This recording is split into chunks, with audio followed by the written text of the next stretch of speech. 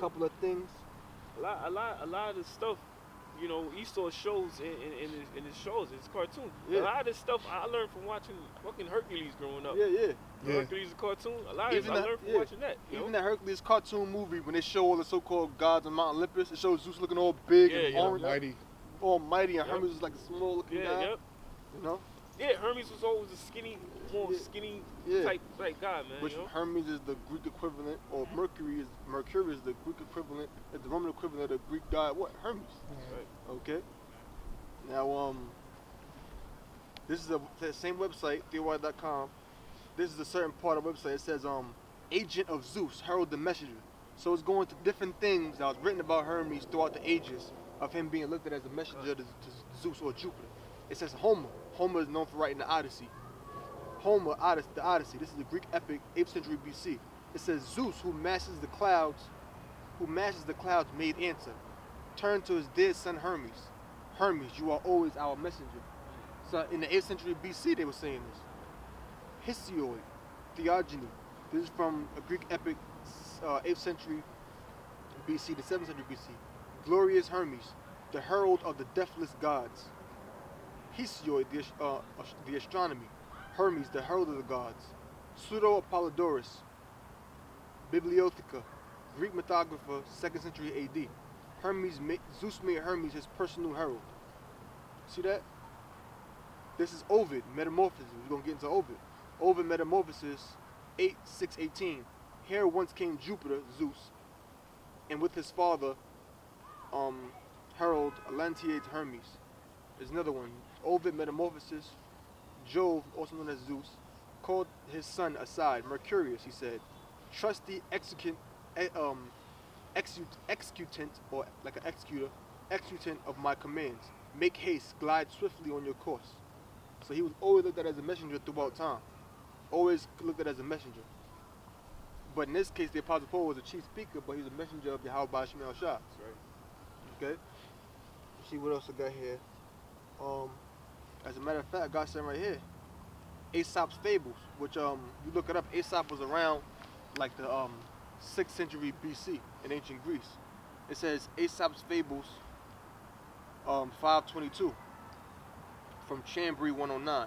When Zeus had fashioned man and woman, he ordered Hermes to take them to Ge, the earth, and to show them how to obtain food by digging in the ground. At first,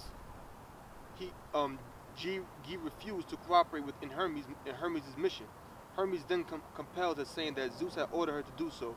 Ge replied, let them dig as such as they like, but they will pay for it with groans and tears. Why? Because Hermes was sent to the earth by Zeus on a mission. Okay? Let's see what you got here. Now I want to get to, I wasn't get to that one, but that's going to be a waste of, that's not a waste of time, but it's talking about how he was a messenger in the theft of a cow in that particular scenario, but I don't want to read that. That's going to basically interrupt with the interest of time. So I got something else. You got something to say, Yacht? Yeah. Go ahead. Because you said Hermes was basically the messenger that Zeus sent, which all this stuff it comes straight from the scriptures, man. Yeah. You know, they get it. Everything is this like the Eldai Nap has once said. This is the most copywritten book in history. Oh hell yeah. You know, Hermes was a messenger. The Most High sends his angels down here, on missions. Yeah. You know, remember when the angel came to Samson's parents? Mm-hmm. You know, and his mission was completed. What did he do?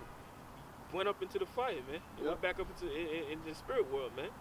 The Archangel Raphael, when he came down to Tobit, he did his job, and then he went back up, man. You know? So all this stuff, it just comes from the scriptures. They all get these things from the scriptures, and they twist it, man. We're about to get into it right now. We got something right here. It says, now there's another part of the same website. Now it's a different category. Now check this out. This says, there's another page called Theoi.com, Olympio's Hermes God. God of language, learning, and crafty wiles. Hermes came to be regarded as the god of language, alongside Mnemosyne, the goddess of memory.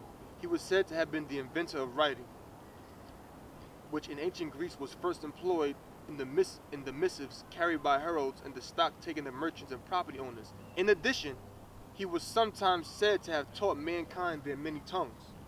And so was the god of the Babylization of language, so to speak. What does Babylization sound like? The Tower of Babel. It says, Get that. you know what I'm saying? So what we see throughout, he was, now he's saying, oh, he gave mankind their many tongues, their many speeches. Yeah. Why? Because he's Hermes. That's it. Paul had that speech, that ability to speak well, okay? Greek and Hebrew spoke different languages. But guess what? That's why they called him that chief speaker. You know what I'm saying? Plus, he spoke in other tongues. Exactly, the brother just said. Yeah, Plus, he spoke another tongue. See that? Come on now. He had that, he was speaking them in ancient Latin or something like that. You know what I'm saying? Yep. Spoke another That was tongue. that was the chief tongue of the Romans, Latin. Yeah. Latin. And we know he spoke Hebrew Greek. and Greek. That's mentioned in the scriptures, man. It is. See if you can find that. It speaks about how it's in the book of Acts. Got it, B? Let me know the scripture. Yeah, brother can let you know if you find it. But yeah. In fact, read this real quick. Acts 17 and 1. It's the book of Acts 17, verse 1.